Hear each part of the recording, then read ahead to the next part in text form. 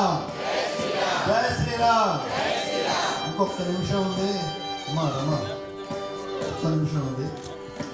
రాజ ఆరాధన ట్రస్ట్ 30 సంవత్సరాలుగా వాగ్గేయకారుల ఉత్సవాలు వైభవంగా చేస్తోంది. శ్యామశాస్త్రి, త్యాగరాజు, ముత్స్వామి దీక్షితారు, నారాయణ తీర్థులు, అలాగే రామదాసు, అన్నమయ్య వీళ్ళందరూ చేస్తోంది. ఇప్పుడు పుష్యబహుళ పంచమి ఇవాళ 7వ తారీఖు జనవరి. ఈరోజు 250 మంది కళాకారులు వేదిక మీద కూర్చొని త్యాగరాజ స్వామి ఘనరాగ పంచరత్న కృతులు 5 కూడా బృందగానంగా పాడారు. స్టేజ్ కిందని ఇంకొక 100 మంది దాకా కూర్చొని వాళ్ళు కూడా పాడి త్యాగరాజ స్వామికి చక్కటి నివాళులు అర్పించారు. ఇవాళ అంటే గానార్చనతో నివాళులు అర్పించారు. ఇది ఎంత వైభవంగా ఉందంటే సంగీతం నేర్చుకోవడంలో పిల్లలు తర్వాత జనరేషన్ వాళ్ళలో బాగా వృద్ధి చెందింది అనడానికి నిదర్శనం ఇది. ఇవాళ కూర్చొని పాడిన వాళ్ళలో యంగర్ జనరేషన్ చాలామంది ఉన్నారు.